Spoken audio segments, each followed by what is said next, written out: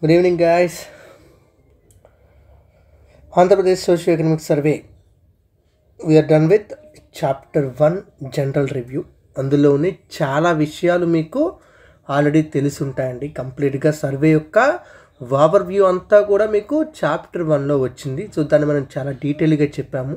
ఇప్పటి నుంచి individual chapters యొక్క డిస్కషన్ జరుగుతుంది. ఇండివిజువల్ చాప్టర్స్లో మనం అక్కడ చదివిన విషయాలతో పాటు ఇంక ఎక్స్ట్రాగా ఇంకొన్ని ఇంపార్టెంట్ పాయింట్లు ఇక్కడ చూద్దాము. ఇవి చదువుకుంటే మీకు సర్వే కంప్లీట్ అయిపోతుంది. సో ఈ డిస్కషన్లో భాగంగా ఇవాళ చాప్టర్ 1 ఎలాగో అయిపోయింది కదా, చాప్టర్ 2లోకి వెళ్ళిపోతామండి. ఓకే, చాప్టర్ 2 ఇది ఒక సెషన్లో మనకి కంప్లీట్ అయిపోతుందిలేండి. ఓకే, చాప్టర్ 2 అనేది మనకి మ్యాక్రో ఎకనామిక్ అగ్రిగేట్స్ మీద ఫోకస్ చేస్తుందండి. Macro economic aggregates. ఓకే, సింపుల్గా మీకు ఆల్రెడీ చెప్పాను ప్రీవియస్ సెషన్లో కూడా. మ్యాక్రో ఎకనామిక్ అగ్రిగేట్స్ అంటే మొత్తం మ్యాక్రో ఎకానమీని ఇండికేట్ చేసే కొన్ని ఇండికేటర్స్ అన్నమాట. లైక్ జీడిపి, అదే సెంట్రల్ లెవెల్లో, స్టేట్ లెవెల్లో జిఎస్డిపి, పెర్ క్యాపిటా ఇన్కమ్, ఇలాంటివన్నీ కూడా మనకి జీడిపి, ఎన్డిపి, జిఎన్పి, ఎన్ఎన్పి ఇవన్నీ ఉంటాయి కదా. ఇవన్నీ కూడా మనకి మ్యాక్రో ఎకనామిక్ అగ్రిగేట్స్ కిందనే కన్సిడర్ చేయబడతాయి. సో వాటి యొక్క సిచ్యువేషన్ ఎలా ఉంది. ఓకే, అయితే ఇక్కడ మ్యాక్రో ఎకనామిక్ అగ్రిగేట్స్లో మనం ఎప్పుడైనా మాట్లాడాల్సింది స్టేట్ డొమెస్టిక్ ప్రొడక్ట్ గురించి ఫస్ట్ మాట్లాడుకోవాలి. ఓకే, స్టేట్ డొమెస్టిక్ ప్రొడక్ట్, ఎందుకంటే ఈ పదమే మనకి ఎప్పుడు ఇంపార్టెంట్ అనమాట. ఓకే, జీడిపి ఎలాగైతే సెంట్రిక్ ఉంటుందో ఇక్కడ స్టేట్ డొమెస్టిక్ ప్రొడక్ట్ ప్రతి స్టేట్కి డిఫరెంట్గా ఉంటుందండి. ఒక స్టేట్ డొమెస్టిక్ ప్రొడక్ట్ అంటే ఏంటంటే ఒక స్టేట్లో ఒక స్టేట్ యొక్క బౌండరీలో, ఒక స్టేట్లో తన యొక్క బౌండరీలో, కంప్లీట్గా జియోగ్రఫికల్ బౌండరీలో 1 year టైం పీరియడ్లో ప్రొడ్యూస్ అయిన గూడ్స్ అండ్ సర్వీసెస్ యొక్క అగ్రిగేట్ ఎకనామిక్ వాల్యూ, అంటే టోటల్ ఎకనామిక్ వాల్యూ ఎంతైతే ఉంటుందో దాన్ని మనం స్టేట్ డొమెస్టిక్ ప్రొడక్ట్ అని పిలుస్తాము. ఓకే, అండ్ ఇక్కడ గుర్తుపెట్టుకోవాల్సిన విషయం ఏంటంటే the goods and services are counted without duplication. ఎలాంటి డూప్లికేషన్ లేకుండా, అంటే ఒకసారి కౌంట్ అయింది మరి రెండోసారి కౌంట్ అవ్వకూడదు అనమాట. ఎలాంటి డూప్లికేషన్ లేకుండా కౌంట్ చేస్తారు. సో అలా కౌంట్ చేసిన గూడ్స్ అండ్ సర్వీసెస్ యొక్క వాల్యూనే మనం సింపుల్గా స్టేట్ డొమెస్టిక్ ప్రొడక్ట్ అని చెప్పి పిలుస్తామండి. And it is restricted to the boundary of the state only. ఆ స్టేట్ యొక్క ఫిజికల్ బౌండరీ, జియోగ్రఫికల్ బౌండరీకి మాత్రమే సంబంధించింది. అయితే ఈ జిఎస్డిపి, ఓకే, ఇది గ్రాస్లో మనం మొత్తం చెప్పుకుంటే దాన్ని జిఎస్డిపి అంటాం, నెట్లో చెప్పుకుంటే ఎన్ఎస్డిపి అని చెప్తాము. అంటే తెలుసు కదా మీకు, గ్రాస్లోంచి అదే జిఎస్డిపిలోంచి కన్జంప్షన్ ఆఫ్ ఫిక్స్డ్ క్యాపిటల్ని మనం ఒకవేళ తొలగిస్తే అప్పుడు మనకి ఎన్ఎస్డిపి అనేది వస్తుందన్నమాట. అంటే ఈ ఫిక్స్డ్ క్యాపిటల్ ఎప్పుడు డిప్రిషియేషన్ అవుతుంటుంది కదా, దాన్ని తగ్గించేస్తే మనకి ఎన్ఎస్డిపి అనేది వస్తుంది. ఇది మీకు తెలుసు, జీడిపి, ఎన్డిపి చెప్పినప్పుడు మనకి ఆ విషయం తెలుసుకుంటారు ఎప్పుడు కూడాను. ఓకే, సో ఇది స్టేట్ డొమెస్టిక్ ప్రొడక్ట్ అండి. అండ్ ఈ స్టేట్ డొమెస్టిక్ ప్రొడక్ట్ అనేది ఒక స్టేట్ యొక్క కాంప్రహెన్సివ్ ఎకనామిక్ పెర్ఫార్మెన్స్ గురించి మనకి క్లియర్ ఇండికేషన్ అయితే ఇస్తుందండి. సో అది చదివామంటే, మనం జిఎస్డిపి చూసామంటే, అంటే ఎస్డిపి అయినా లేకపోతే జిఎస్డిపి, ఎన్ఎస్డిపి ఏదైనా కూడా అది చూస్తే మనకి స్టేట్ యొక్క ఎకనామిక్ పర్ఫార్మెన్స్ అనేది చాలా క్లియర్గా తెలుస్తుంది. సో అయితే ఇప్పుడు ఆ జిఎస్డిపిని మెయిన్గా మనం చెప్పుకునేది కాన్స్టెంట్ ప్రైసెస్లో చెప్తామండి. ఇప్పుడు కూడా ఎకానమీలో ఈ పద్ధతి ఒకటి ఉంటుంది. ఏంటి అంటే ఒక ఇయర్ని ఫిక్స్డ్గా తీసుకొని, ఓకే, బేస్ ఇయర్గా తీసుకొని ఆ బేస్ ఇయర్ ఆధారంగానే అన్నింటినీ కూడా చెప్తామన్నమాట. సో ఇక్కడ కూడా కాన్స్టెంట్ ప్రైసెస్ అంటే ఒక బేస్ ఇయర్ 2011-12ని బేస్ ఇయర్గా తీసుకొని దాని ఆధారంగా మనం, ఓకే, అంటే అప్పుడు ప్రైసెస్ ఆధారంగా స్టేట్ యొక్క జీడిపిని, అదే జిఎస్డిపిని చెప్తే 2023-24 సంవత్సరంలో, ఓకే, మనకి రికార్డ్ అయిన జిఎస్డిపి అంతా అంటే ఆంధ్రప్రదేశ్లో 8,20,000 కోట్లండి. ఓకే, 8,20,894 కోట్లు. ఇది అడ్వాన్స్డ్ ఎస్టిమేట్స్ యొక్క వాల్యూ ప్రకారం అనమాట. ఓకే, అయితే ఇది తగ్గిందా పెరిగిందా అని మనం అబ్జర్వ్ చేయాలంటే 2022-23కి వెళ్ళాలి కదా. సో 2022-23లో దగ్గర 7,64,000 కోట్లు వచ్చిందండి. ఓకే, సో దాంతో పోలిస్తే ఖచ్చితంగానే గ్రోత్ వచ్చింది. మీకు కనిపిస్తుంది కదా, క్లియర్గా కనిపిస్తుంది. సో ఎంత గ్రోత్ వచ్చిందంటే కాన్స్టెంట్ ప్రైసెస్ దగ్గర 7.35% గ్రోత్ వచ్చింది. ఇది ఆల్రెడీ మనం చెప్పింది. ఓకే, 7.35% కాన్స్టెంట్ ప్రైసెస్ దగ్గర గ్రోత్ వచ్చిందండి. ఇదే టైంలో ఆల్ ఇండియాకి సంబంధించిన కాన్స్టెంట్ ప్రైసెస్ యొక్క జీడిపి ఎంత అంటే జీడిపి అట్ కాన్స్టెంట్ ప్రైసెస్ మొత్తం ఆల్ ఇండియా మొత్తం చూసుకుంటే 2023-24కి ఆల్ ఇండియా యొక్క వాల్యూ ఎంత అంటే 173.82 లక్షల కోట్లండి. ఓకే, సో అంటే ఇది just comparison. Okay, Andhra Pradesh GSDP ఇంత ఉంది, ఇండియన్ జీడిపి ఇంత ఉంది అంటే వీటి మధ్య కంపారిజన్ చూస్తే ఓకే అంటే ఇంత డిఫరెన్స్ ఉందా, ఆంధ్రప్రదేశ్ లాంటి స్టేట్స్ ఎన్నో ఉన్నాయి కదా, అవన్నీ కలిపితే కదా మనకు అవుతుంది. సో ఇవన్నీ ఉన్నాయి, ఇవన్నీ మనం చెప్పొచ్చు అనమాట అలాగా. ఓకే, సో ఈ సెంట్రల్ గవర్నమెంట్లో అదే మనకి సెంట్రల్లో గ్రోత్ ఎంత అంటే దగ్గర దగ్గర 8.2% కనిపించిందంట అండి. సో దాంతో పోల్చుకుంటే మనకు కొంత తగ్గుదల అయితే కనిపిస్తుంది క్లియర్గా ఇక్కడ. ఓకే, సో ఇది జిఎస్డిపి ఎట్ కాన్స్టెంట్ ప్రైసెస్ అండి. అయితే ఈ జిఎస్డిపి ఎట్ కాన్స్టెంట్ ప్రైసెస్లో మనం ఇప్పుడు చూసుకోవాల్సిన ఇంకొక విషయం ఏంటంటే ఇందులో వేటి యొక్క కాంట్రిబ్యూషన్ ఎలా ఉంది అంటే రకరకాల సెక్టార్స్ ఉంటాయి కదా, ఆ రకరకాల సెక్టార్స్ యొక్క కాంట్రిబ్యూషన్, సెక్టోరల్ కాంట్రిబ్యూషన్ ఎలా ఉంది అది మీకు ఇక్కడ చెప్తాను చూడండి. ఓకే, సెక్టార్ వైజ్ జీవీఏ ఇది మీకు అంతా కలిపి ఇవ్వలేదండి అందులో. ఓకే, నేను దాన్ని మొత్తం అంతా కంబైన్ చేసి చెప్తున్నమాట. ఓకే, సెక్టార్ వైజ్ జీవీఏ చూసుకుంటే ఓకే ఫస్ట్ మనకి ఎన్ని సెక్టార్లు ఉంటాయి? 3 సెక్టార్లు అందరికీ తెలిసిందే. అంటే మిగతావి కూడా ఉన్నాయి కదా, టెరిషరీ సెక్టార్తో పాటు మిగతావి కూడా ఉన్నాయి కదా అనకండి, అవి వేరు. మనకి ఎప్పుడు ఎకానమీకి మెయిన్గా చూసుకోవాల్సినవి 3 సెక్టార్లే. అగ్రికల్చర్ అండ్ అలైడ్ యాక్టివిటీస్ ఒకటి, ఓకే, రెండోది ఇండస్ట్రీ, మూడోది సర్వీసెస్. ఈ 3 మనకి 3 సెక్టార్లు.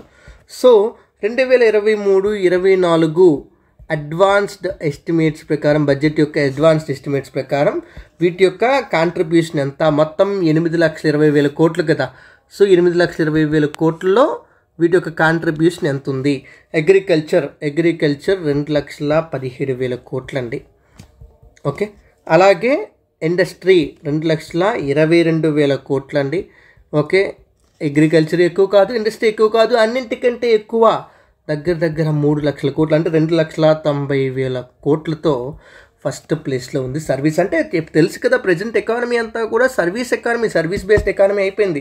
So service sector is the major contributor to the economy. అంటే ఎకానమీకి మేజర్ కాంట్రిబ్యూటర్ అంటే అగ్రికల్చర్ కాదు, ఇండస్ట్రీ కాదు, సర్వీస్ సెక్టారే. మొత్తం సర్వీస్ సెక్టార్ ఆధారంగానే నడుస్తుంది అనమాట. ఓకే, అలాగే వీటిలో గ్రోత్ ఎలా రికార్డ్ అయింది? గ్రోత్ పరంగా ఏది ఎక్కువ వచ్చింది? జీవీఏ గ్రోత్, గ్రాస్ వాల్యూ యాడెడ్లో ఏది ఎక్కువ గ్రోత్ అనేది కనిపిస్తుంది అది కూడా మనం ఒకసారి చూసుకుంటే ఆల్రెడీ మనం చెప్పింది. అగ్రికల్చర్లో 1.69% గ్రోత్ కనిపించింది, తక్కువే ఎక్కువేం కాదు. ఓకే, ఇండస్ట్రీలో అన్నింటికంటే ఎక్కువ గ్రోత్ కనిపించింది ఈ సంవత్సరం, 8.02% గ్రోత్ కనిపించింది. అలాగే సర్వీసెస్లో 5.21% అంటే చెప్పుకోదగ్గ గ్రోతే కనిపించింది అనమాట. సో ఇది ఆంధ్రప్రదేశ్లో ఈ డిఫరెంట్ సెక్టార్స్ యొక్క కాంట్రిబ్యూషన్ అనమాట. ఆంధ్రప్రదేశ్ యొక్క టోటల్ జిఎస్డిపికి అట్ కాన్స్టెంట్ ప్రైసెస్. ఓకే, వీటిని మనకి డేటా ఇచ్చేది చూడండి ఒకసారి, టేబుల్ డేటా ఇచ్చేది 2014-15 నుంచి 2023-24 వరకు కూడా వీటి యొక్క ట్రెండ్ ఎలా ఉంది అని చెప్పి మనకి ఇక్కడ ఇండికేట్ చేస్తున్నాండి. ఓకే, మీరు ఇలా క్లియర్గా అబ్జర్వ్ చేయొచ్చు వీటి యొక్క కాంట్రిబ్యూషన్. అంటే టోటల్గా ఒకనొక టైంలో ఆంధ్రప్రదేశ్ యొక్క జీడిపి కరెక్ట్గా కొత్త స్టేట్ ఏర్పడినప్పుడు జిఎస్డిపి 4.5 లక్షల కోట్లు ఉండేదంటే 4.5 లక్షల కోట్లు అక్షరాల 4.45 అంటే దగ్గర దగ్గర 4.5 అని గుర్తుపెట్టుకోండి మీరు కావాలంటే. సో 4.5 లక్షల కోట్లు ఉండేది, అది 8.2 లక్షల కోట్లు ఏంటంటే డబుల్ అవ్వలేదు. ఓకే, బట్ దగ్గర అంతవరకు వచ్చింది. దగ్గర మనం చూసుకుంటే 90% వరకు గ్రోత్ కనిపించిందని మనం చెప్పొచ్చు అనమాట. ఈ 10 సంవత్సరాలు ఇంకా అవ్వలేదు, 2024-25 మనకు వస్తే మొత్తం 10 ఫైనాన్షియల్ ఇయర్ కంప్లీట్ అయిపోతుంది కదా. సో ఇవన్నీ కంప్లీట్ అయ్యేటప్పటికి దగ్గర మనకి 100% గ్రోత్ కనిపించవచ్చు. ఓకే, ఈ 10 సంవత్సరాల కాలంలో అనమాట. అదేనా ఒకసారి చూడండి, వెయిట్ ఒకసారి. 2024-25 ఫైనాన్షియల్ ఇయర్ వస్తే మనకి 10 సంవత్సరాలు కంప్లీట్ అవుతుంది అనమాట. ఓకే, అంటే ఆ financial years 10 financial years complete అవుతాయి అనమాట. సో ఆ విధంగా చూసుకుంటే ఇలా గ్రోత్ అనేది చాలా మంచిగా ఉందని మనం చెప్పొచ్చండి. ఓకే. అండ్ మీకు ఒక్కొక్కసారి జగన్మోహన్ రెడ్డి గారు, చంద్రబాబు నాయుడు గారు అనుకుంటారు కదా, ఏమని అంటారు, ఓకే మా టైంలో గ్రోత్ లేదంటారు మీరు అని చెప్పి జగన్మోహన్ రెడ్డి అని ఒకసారి చంద్రబాబు నాయుడు క్వశ్చన్ చేస్తారు, మేము గ్రోత్ లేదంటారు కదా, చూడండి అంత కరోనా టైంలో కూడా 2019-20లో కూడా మేము ఎంతో కొంత గ్రోత్ని చూపించాము. ఓకే 2019, 20, 2021 ఆ తర్వాత 9.56 గ్రోత్ వచ్చింది. ఓకే అంటే మామూలుగా చూసుకుని చంద్రబాబు నాయుడు గారు చెప్పేది ఏంటి అంటే 2014-15 తర్వాత 2019 వరకు ఆయన ఉన్నారు కదా, సో 2019 వరకు చూసుకుంటే మంచి గ్రోత్ కనిపించిందండి. ఇక్కడ 2019-20 వరకు చూసుకుంటే గ్రోత్ 2018-19 ఓకే 2019-20 3.7% గ్రోత్ కనిపించింది. ఓకే ఆ తర్వాత మెల్లమెల్లగా గ్రోత్ తగ్గిపోయింది అని చెప్పి చంద్రబాబు నాయుడు గారు చెప్తున్నారండి. ఓకే అయితే ఇక్కడ పాయింట్ ఏంటి అంటే ఇక్కడ గ్రోత్ తగ్గిపోవడానికి మెయిన్ రీజన్ కూడా ఓకే కరోనా ఎఫెక్ట్ ఇదంతా ఉందని చెప్పి జగన్మోహన్ రెడ్డి గారు చెప్తుంటారు, మీరు వినే ఉంటారు కదా. సో అది ఇక్కడ మీరు ఒకసారి అబ్జర్వ్ చేసుకోవచ్చు. ఓకే అది కరోనా అయిపోయిన తర్వాత మళ్ళీ ఒక మంచి గ్రోత్ చెప్పుకోదగ్గ గ్రోత్ అయితే రికార్డ్ అయింది 9.56% 2022లో రికార్డ్ అయిందండి. ఓకే ఇప్పుడు కూడా దగ్గర 7.35% రికార్డ్ అయిందని కదా, తక్కువేం కాదు. సో గ్రోత్ బాగానే ఉంది. ఓకే అలాగే అంత కరోనా ఇయర్లో 2019-20కి వచ్చేటప్పటికి ఓకే అన్ని సెక్టార్లు పూర్తిగా మందగించేసేయండి. ఓకే ఇండస్ట్రియల్ సెక్టార్ అయితే నెగిటివ్ గ్రోత్ని రికార్డ్ చేసింది. మొత్తం అంతా కూడా అప్పుడు కూడా ఎకానమీని కాపాడింది, అప్పట్లో ఎకానమీని కాపాడింది ఓన్లీ అగ్రికల్చర్ సెక్టారే. అగ్రికల్చర్ చూడండి అన్నింట్లో గ్రోత్ పడిపోతే అగ్రికల్చర్లో 8.51% గ్రోత్ ఉందండి. ఓకే సో 8.51% గ్రోత్తో చాలా మంచిగా ఎకానమీకి కాంట్రిబ్యూట్ చేసింది. అంటే అప్పుడు కూడా ఎకానమీ కొంత స్టెబుల్గా ఉందంటే కారణం అది అగ్రికల్చర్. అంటే అర్థం ఏంటంటే అగ్రికల్చర్ బాగానే ఉంది, అగ్రికల్చర్ నార్మల్గా పెర్ఫామ్ చేస్తూ ఉంది. ఓకే బట్ మిగతా అవి తగ్గిపోయాయి అనమాట. ఓకే చూడండి అంతకుముందు ఇయర్ 1.52 lakhs crores వస్తే 1.51 lakh crores పడిపోయింది. సో కొంచెం తగ్గిపోవడం మొదలైందనమాట. ఇది మీరు ఇక్కడ అబ్జర్వ్ చేయాల్సిన ఇంకొక ప్రధానమైన విషయం అండి. ఒకసారి పాస్ చేసుకొని చూడండి నేను చెప్పిన ట్రెండ్లో, అంటే నేను ఎలా అయితే మీకు చెప్పానో చూడమని అలా చూడండి ఒకసారి. ఓకే అంటే అబ్జర్వేషన్ ఒక్కొక్క పాయింట్ని క్లియర్గా అబ్జర్వ్ చేసుకుంటూ వెళ్ళాలి. అంటే లైక్ ఇప్పుడు 2020-21 ఉంది, ఇప్పుడు సర్వీసెస్ సెక్టార్లో నెగిటివ్ గ్రోత్ కనిపించింది -9.21. ఓకే బాగా తగ్గిపోయిందంటే గవర్నమెంట్ పడిపోయిన తర్వాత ఒక ఆ టైంలో విపరీతంగా, అంటే చంద్రబాబు వెళ్ళిపోయిన తర్వాత ఆ టైంలో ఒక మైనస్ గ్రోత్ అనేది నెగిటివ్ గ్రోత్ అనేది కనిపించింది. ఓకే ఇదంతా కూడా చూస్తారు ఇక్కడ. ఓకే ఇది ఫస్ట్ ఈ జీవీఏలో వీటి యొక్క కాంట్రిబ్యూషన్ అండి మొత్తం. అయితే అందులో ఇగోండి మీకు ఇక్కడ ఇది కూడా ఇచ్చారు 2014-15 ఈ చార్ట్ రూపంలో మనకి హిస్టోగ్రామ్స్ రూపంలో ఇచ్చారు. ఓకే 2014-15 వరకు మీరు చూసుకుంటే ఎప్పుడూ కూడా ఓకే బ్లూ కలర్ మనకి అగ్రికల్చర్ అలా గ్రోత్ కనిపించింది. ఓకే బట్ రీసెంట్ టైమ్స్లో కొంత గ్రోత్ తగ్గడం కూడా మనం అబ్జర్వ్ చేయొచ్చండి. ఇలా పెరిగింది మళ్ళీ కొంచెం తక్కువ గ్రోత్ రికార్డ్ అవుతుంది రీసెంట్ టైమ్స్లో. ఇండస్ట్రియల్ సెక్టార్ పర్వాలేదు గ్రోత్ బాగానే రికార్డ్ అయింది, కొంచెం మధ్యలో తక్కువైంది. ఓకే సర్వీస్ సెక్టార్ అలా గ్రోత్ అవుతూ మనకి కొంచెం 2020-21లో కొంచెం తగ్గి మళ్ళీ రైజ్ అవ్వడం అయితే స్టార్ట్ చేసింది. ఓకే సో ఓవరాల్గా ఈ గ్రోత్ యొక్క ట్రెండ్ అనేది ఎలా ఉంది అంటే పర్వాలేదు, ఒక స్టేబుల్గానే ఉంది. మధ్యలో కరోనా వల్ల డిస్టర్బ్ అయింది తప్పితే స్టేబుల్గా ఒక గుడ్ ఫేజ్లోనే వెళ్తుంది అని మనం క్లియర్ కట్గా చెప్పొచ్చు అనమాట. ఒక వాల్యూస్ కూడా కావాలంటే గుర్తుపెట్టుకున్నాను. ఓకే మొత్తం 8. ఓకే సో మనకి ఇక్కడ ఏంటిది మొత్తం టోటల్గా ఉన్న జీవీఏ ఎంత, ప్రజెంట్ జిఎస్టిపి ఎంత, ఒక అందులో సెక్టోర్ల కాంట్రిబ్యూషన్ ఎంత, ఇది క్లియర్గా చూడండి. అట్ కాన్స్టెంట్ ప్రైసెస్ అది కూడా మళ్ళీ క్లియర్గా చెప్తున్నానండి. ఓకే సో ఇప్పుడు మనకి నెక్స్ట్ సెక్టార్ వైజ్ వెళ్దామండి. ఓకే సెక్టార్ వైజ్ చూసుకుంటే the first sector is agriculture and allied sectors అండి. అగ్రికల్చర్ అండ్ అలైడ్ సెక్టార్స్ అనేది మనకి ప్రైమరీ సెక్టార్ కింద మనం కన్సిడర్ చేస్తాం కదా. So agriculture and allied sectors యొక్క పెర్ఫార్మెన్స్ ఎలా ఉంది? Okay so agriculture and allied sectors యొక్క జీవీ ఎంత ఉన్నామండి? దగ్గర 2,17,000 కోట్లను ఎన్నిసార్లు చెప్పిన తర్వాత కూడా మనకు గుర్తుండకపోతే ఇంకా చాలా కష్టం నాన్న. ఓకే అంటే ప్రతిసారి మనకి రిపీట్ అవుతూ ఉంది చూడండి ఆ వాల్యూస్. ఓకే ఇన్నిసార్లు రిపీట్ అయిన తర్వాత ఖచ్చితంగా గుర్తుండిపోవాలి మొత్తం స్టేట్ జీడిపి అంతా. ఓకే అది జిఎస్డిపి అంతా, అందులో అగ్రికల్చర్ యొక్క జీవీ అంతా, ఇవంతా కూడా. ఓకే అయితే ఈ అగ్రికల్చర్ సెక్టార్లో ఓకే గ్రోత్ ఏమైనా ఉందా 2023-24 అంటే ఎస్ గ్రోత్ ఖచ్చితంగా ఉంది, బట్ చాలా తక్కువ 1.69% మాత్రమే గ్రోత్ కనిపించింది. ఓకే, అయితే ఇప్పుడు అగ్రికల్చర్ అండ్ అలైడ్ సెక్టార్స్ అంటాం కదా, అందులో చాలా సబ్ సెక్టార్స్ ఉంటాయి కదా, ఆ సబ్ సెక్టార్స్ యొక్క పెర్ఫార్మెన్స్ ఎలా ఉంది? ఓకే, సబ్ సెక్టార్లోకి వచ్చేటప్పటికి ఫస్ట్ సబ్ సెక్టార్ అగ్రికల్చరే. జనరల్గా అగ్రికల్చర్ వితౌట్ హార్టికల్చర్ అనమాట, హార్టికల్చర్ని వదిలేసి. సో అగ్రికల్చర్ దగ్గర 24,450 కోట్లు కాంట్రిబ్యూట్ చేసిందండి.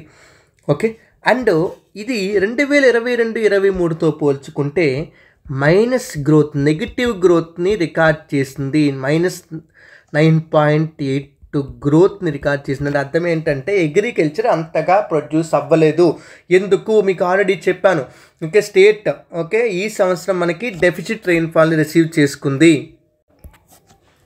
నార్మల్గా 97.53 సెంటీమీటర్స్ రెయిన్ఫాల్ ఉంటే ఎప్పుడు నార్మల్గా 2023-24లో 80 సెంటీమీటర్లు 80.26 సెంటీమీటర్స్ మాత్రమే వచ్చింది. అంటే 17.7% డెఫిసిట్ వచ్చింది. రెయిన్ఫాలే సరిగ్గా లేదు, అగ్రికల్చర్ సరిగ్గా పెర్ఫామ్ అవ్వడం కష్టం. సో అగ్రికల్చర్ కొంచెం తప్పు, అంటే అంత ఎక్కువ గ్రోత్ అవ్వకుండా ఇంకా నెగిటివ్ గ్రోత్ని రికార్డ్ చేసిందండి. ఓకే, మరి మిగతా వాటిలో ఎలా ఉంది సార్? హార్టికల్చర్ క్రాప్స్, హార్టికల్చర్ పర్వాలేదు, మిగతావన్నీ పర్వాలేదండి. హార్టికల్చర్ క్రాప్స్ అంటే ఫ్రూట్స్ అండ్ వెజిటబుల్స్కి వచ్చేటప్పటికి వాటి యొక్క కాంట్రిబ్యూషన్ 56,262 కోట్లు అండి. ఓకే, ఇది కూడా మంచి గ్రోతే కనిపించింది. దగ్గర 2.84% గ్రోత్తోనైతే ఇది నడుస్తూ ఉంది. అలాగే ఒక పెద్ద కాంట్రిబ్యూటర్ లైవ్ స్టాక్ అండి. లైవ్ స్టాక్ మనకి దగ్గర 63,886 కోట్లు కాంట్రిబ్యూట్ చేసిందండి. ఓకే, దీనిలో కూడా ఒక డీసెంట్ గ్రోత్ 4.79% గ్రోత్ కనిపించింది. అలాగే ఫారెస్ట్రీ విషయానికి వచ్చేటప్పటికి ఫారెస్ట్రీ అండ్ లాగింగ్ అంటే చెక్కలు కొట్టడం ఇవి ఉంటాయి కదా, ఆర్ట్ డిపార్ట్మెంట్కి వచ్చేటప్పటికి 2,673 కోట్లు, చాలా తక్కువ కాంట్రిబ్యూషన్. ఓకే, అండ్ దాని గ్రోత్ కూడా అంత ఎక్కువ ఏం లేదు, 0.85% మాత్రమే కనిపించింది. అలాగే ఇంకొక మెయిన్ కాంట్రిబ్యూటర్ ఎవరంటే అగ్రికల్చర్ అండ్ అలైడ్ సెక్టర్ సంబంధించిన జీవీఏకి ఫిషింగ్ అండ్ ఆక్వా రంగం అండి. ఆంధ్రప్రదేశ్ వీటన్నిటిలో మంచి టాప్ ఎక్స్పోర్టర్గా ఉంటుంది మనకు తెలుసు.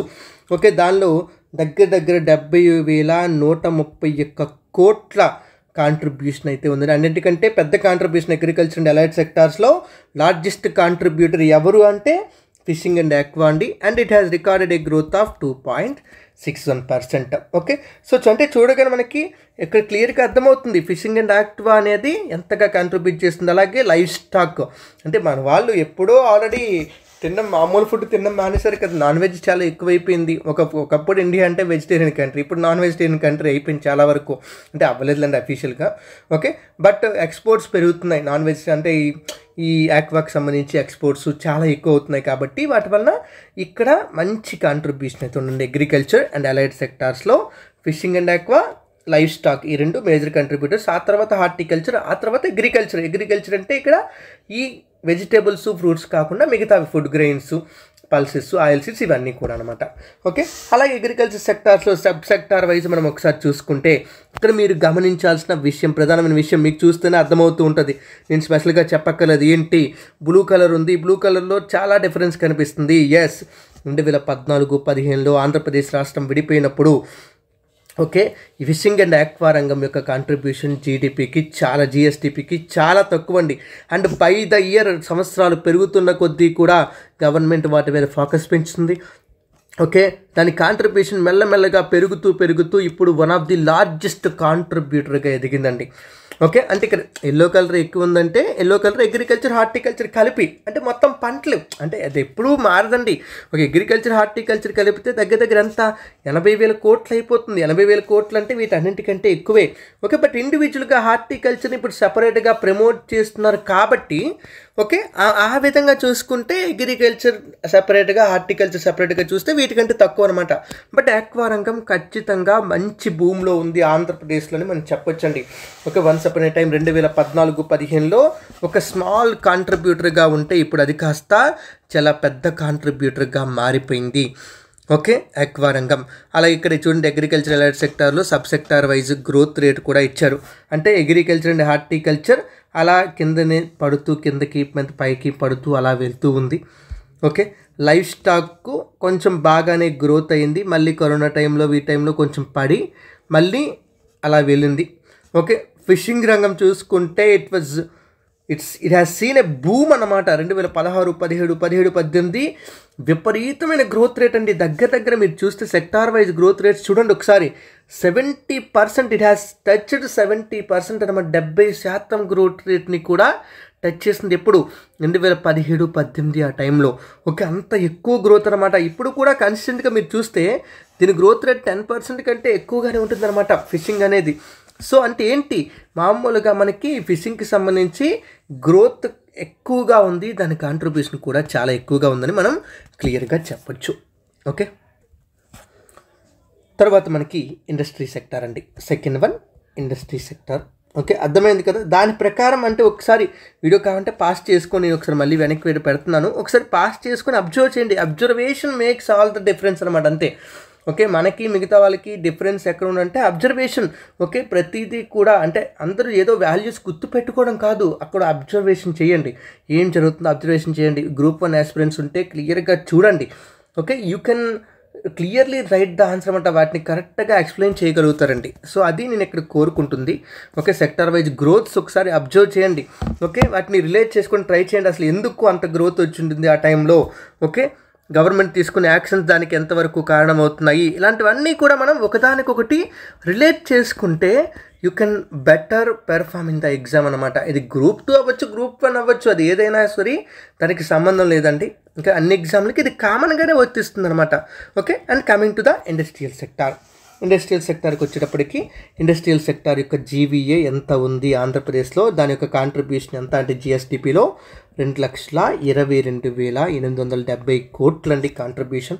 ఓకే, మరి దానిలో గ్రోత్ రేట్ ఎంత? ఈ సంవత్సరం హైయెస్ట్ గ్రోత్ రికార్డ్ చేస్తుంది ఈ సెక్టారే. ఎంత పర్సంటేజ్ అంటే దగ్గర 8.2%, 8.02% గ్రోత్. అంటే 8%ని గుర్తుపెట్టుకొని చాలండి. సో మంచి గ్రోత్ని అయితే కనపరిచింది. ఇందులో సబ్ సెక్టార్స్ ఎలా పెర్ఫామ్ చేశాయి? ఈ సబ్ సెక్టార్స్కి వచ్చేటప్పటికి ఇందులో మెయిన్గా మనకి ఉండే సబ్ సెక్టార్స్ ఏంటంటే ఒకటి మైనింగ్ అండ్ క్వారీయింగ్. ఓకే, ఇది జీడిపిలో క్యాలిక్యులేట్ చేసేటప్పుడు మనకి మైనింగ్ని క్వారీయింగ్ని ఇదంతా కూడా ప్రైమరీ సెక్టార్లో కాకుండా సెకండరీ సెక్టార్లోనే ఉంటుందండి. ఓకే, మైనింగ్ అండ్ క్వారీయింగ్ దీని నుంచి కాంట్రిబ్యూషన్ దగ్గర 19,799 కోట్లు అంటే మైనింగ్ లీజుల ద్వారా. ఓకే, వీటన్నిటి ద్వారా ఛార్జెస్ ద్వారా సింక్ ర్యాంపుల నుంచి ఛార్జెస్ ఇలాంటివన్నీ ఉంటాయి కదా, వాటి ద్వారా మనకి 19,799 కోట్లు వచ్చింది. అలాగే మ్యానుఫ్యాక్చరింగ్ సెక్టార్. ఓకే, తయారీ రంగం ఏదైతే ఉందో తయారీ రంగం అన్నింటికంటే ఎక్కువ కాంట్రిబ్యూషన్. ఇండస్ట్రీస్ అంటేనే తయారీ రంగం. 1,13,278 కోట్లు అండి మేజర్ కాంట్రిబ్యూటర్ అనమాట మొత్తం ఇండస్ట్రియల్ సెక్టార్ అన్నింటికీ కూడా. ఓకే, అండ్ ఇందులో గ్రోత్ చెప్పట్లేదు కదా, సారీ, మైనింగ్ అండ్ క్వారీయింగ్లో 5.59% గ్రోత్ వచ్చిందంట జీవీఏలో. ఓకే, అలాగే ఇక్కడ మ్యానుఫ్యాక్చరింగ్ సెక్టర్ ఒక 5.8% గ్రోత్ వచ్చింది. ఓకే, అండ్ అన్నిటికంటే ఎక్కువ గ్రోత్ రికార్డ్ చేసింది ఇక్కడ ఉందన్నమాట. ఏంటంటే electricity, gas and water supply ఏవైతే ఉన్నాయో వీటికి సంబంధించి కాంట్రిబ్యూషన్ చాలా ఎక్కువగా పెరిగిందండి. అంటే 24,989 కోట్లు అంటండి. అంటే ఎలక్ట్రిసిటీకి సంబంధించిన సప్లైస్ వాటి వలన వచ్చిన ఇన్కమ్. ఓకే, గ్యాస్ వలన, వాటర్ సప్లై వల్ల, వీటన్నింటి వల్ల వచ్చిన ఇన్కమ్ 24,989 కోట్లు అంటే దగ్గర 25,000 కోట్లు. ఓకే, అండ్ మనకి ఇందులోనే 14.23% గ్రోత్ కనిపించింది. ఓకే, వీటితో పాటు ఫైనల్గా ఇండస్ట్రీలో మనకి ఇంకొక రంగం ఏంటి అంటే కన్స్ట్రక్షన్ రంగం అండి. నిర్మాణ పరిశ్రమ, నిర్మాణాలు ఉంటాయి కదా, నిర్మాణ రంగం. దీని కాంట్రిబ్యూషన్ 64,805 కోట్లు ఉంది. అంటే మ్యానుఫ్యాక్చరింగ్ తర్వాత ఇదే సెకండ్ బెస్ట్ అనమాట, సెకండ్ మోస్ట్ కాంట్రిబ్యూటర్ అనమాట దేనికి, ఇండస్ట్రియల్ సెక్టార్కి. దీనిలో కూడా మంచి గ్రోత్ కనపరిచిందండి. 10.53% గ్రోత్ కనిపించింది. అంటే ఒకవేళ అడిగారు అనుకోండి ఏ రంగాల్లో మనకి లాస్ట్ ఇయర్ గ్రోత్ కనిపించింది అంటే మొత్తం ఇవి మనం ఇండివిజువల్గా అగ్రికల్చర్, ఇండస్ట్రీ ఇవన్నీ ఎవరైనా చెప్తారు. ఇండివిజువల్గా మనం రాయగలిగితే వాటి యొక్క ఎఫిషియన్సీ పెరుగుతుంది. ఒకవేళ ఎగ్జామ్లో అడిగారు అనుకోండి, ఓకే, ఇండస్ట్రియల్ సెక్టార్లో ఏ రంగం మంచి గ్రోత్ని కనబరిచింది అని చెప్పి ఒకవేళ గ్రూప్ 2లో అడిగినా కూడా రాయడానికి అవకాశం ఉంటుందండి. ఓకే, అలాగే ఇచ్చేటువంటి ఇక్కడ estimates of GVA from industrial sector అని చెప్పి ఒక్కొక్క దాన్ని కూడా మనకి మెన్షన్ చేస్తూ ఉన్నారండి. ఓకే, సో మైనింగ్, మ్యానుఫ్యాక్చరింగ్, ఒకటి మైనింగ్ ఇచ్చారు. మైనింగ్ మొత్తం 2014-15 నుంచి 2023-24 వరకు. Manufacturing, electricity, construction. ఓకే, మీరు కరెక్ట్గా అబ్జర్వ్ చేస్తే మ్యానుఫ్యాక్చరింగ్ సెక్టార్ ఏదైతే ఉందో 2014 నుంచి 2018 19-20 వరకు నార్మల్ గ్రోత్ కనిపించిందండి. ఓకే, బట్ ఒక్కసారిగా 2019-20 తర్వాత 2020-2021 నుంచి చాలా ఎక్కువ కాంట్రిబ్యూషన్ పెరిగింది. అంటే విపరీతంగా ఒక బూమ్ అనేది కనిపించింది అనమాట. 2020-2021 ఫైనాన్షియల్ ఇయర్ నుంచి ఒక బూమ్ కనిపించింది. ఓకే, అలాగే కన్స్ట్రక్షన్ కూడా 2020-2021 వరకు సైలెంట్గానే ఉంది. ఆ తరువాత ఒక్కసారి ఒక పెద్ద బూమ్ అనేది కనిపించింది 2021-2022 తర్వాత. ఓకే, అంటే 2021-2022, 2022-2023, 2023-2024 వీటిల్లో భూమి అంతే కొంచెం ఎక్కువ కాంట్రిబ్యూషన్ జరుగుతుందన్నమాట. ఓకే, అలాగే మైనింగ్ క్వారింగ్ పెరుగుతుంది, తగ్గుతుంది. ఆ టైంలో 2020-2021 తగ్గింది, మళ్ళీ పెరుగుతుంది. ఓకే, అలాగే ఎలక్ట్రిసిటీ, గ్యాస్, వాటర్ సప్లై ఇవి కూడా పెరుగుతున్నాయి, పెరుగుతున్నాయి. ఇలా వీటి యొక్క బిహేవియర్ అనేది ఈ విధంగా ఉంది. ట్రెండ్స్ అనేవి ఇలా ఉన్నాయన్నమాట. ఓకే, ఇదిగోండి ఇక్కడ ఇచ్చేసి ఉండి ఇండస్ట్రియల్ సెక్టార్లో గ్రోత్ రేట్స్ ఎలా ఉన్నాయి. ఓకే, మైనింగ్ చూసుకుంటే మైనింగ్ 2015-16లో విపరీతంగా పెరిగింది, మళ్ళీ ఒక్కసారి పడిపోయింది. అలా కంటిన్యూస్గా పడుతూనే ఉందండి 2020-2021 వరకు. మళ్ళీ అలా పెరిగింది. అంటే గ్రోత్ రేట్ పడ్డం అంటే గ్రోత్ అంతగా లేదనమాట, బాగా డిక్రీజ్ అయిపోయింది. ఓకే, వన్స్ అపాన్ అంటే మనకి 2020-2021లో మైనింగ్ సెక్టార్ అనేది ఒక లీస్ట్ గ్రోత్, అంటే నియర్లీ -25% వరకు గ్రోత్ని, అంటే నెగిటివ్ గ్రోత్ని రికార్డ్ చేసిందంట. అంత దారుణమైన పరిస్థితికి వెళ్ళిపోయిందండి. ఓకే, చూడండి. ఓకే, మామూలుగా మనకి ఈ ఇయర్స్ అన్నింటిలో కూడా చాలా సెక్టార్స్ నెగిటివ్ గ్రోత్ని కనబరిచాయి. ప్రజెంట్ అయితే దేనిలోనూ నెగిటివ్ గ్రోత్ లేదు. అది ఒక పాజిటివ్ విషయం మనం చెప్పుకోవాలంటే. ఓకే, ప్రజెంట్ ఎక్కడా కూడా నెగిటివ్ గ్రోత్ లేదు, చూడండి అన్నింటిలో కూడా పాజిటివ్ గ్రోతే ఉంది. ఓకే, బట్ ఇప్పుడు మైనింగ్ క్వారింగ్ కొంచెం డౌన్ ట్రెండ్లో ఉంది, మిగతావన్నీ కూడా పర్వాలేదు, ఒక నార్మల్ ట్రెండ్లోనే వెళ్తున్నాయి. అంటే పర్వాలేదు, అంటే ఇంక్రీజింగ్ ట్రెండ్లోనే ఉన్నాయి. ఓకే, ఇది మనకి ఇండస్ట్రియల్ సెక్టార్కి సంబంధించిన గ్రోత్ రేట్స్ అండి. ఓకే, క్లియర్గా చూడండి, ఒకసారి పాస్ చేసుకొని చూడండి. ఓకే, ఆ తర్వాత ఇండస్ట్రియల్ సెక్టార్ కంప్లీట్ అయిపోయింది. మనకు మిగిలింది ఏంటి?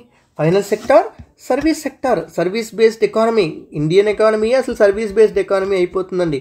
So service sector okay Indian ఎకానమీకి major contributor.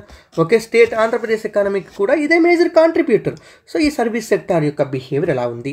Okay, first service sector యొక్క GVA, okay gross value added ఎంత? అన్నింటికంటే ఎక్కువ దగ్గర 3 లక్షల కోట్లు అని చెప్పాం కదా, 2,90,360 కోట్లు 2023-24 అడ్వాన్స్డ్ ఎస్టిమేట్స్ ప్రకారం.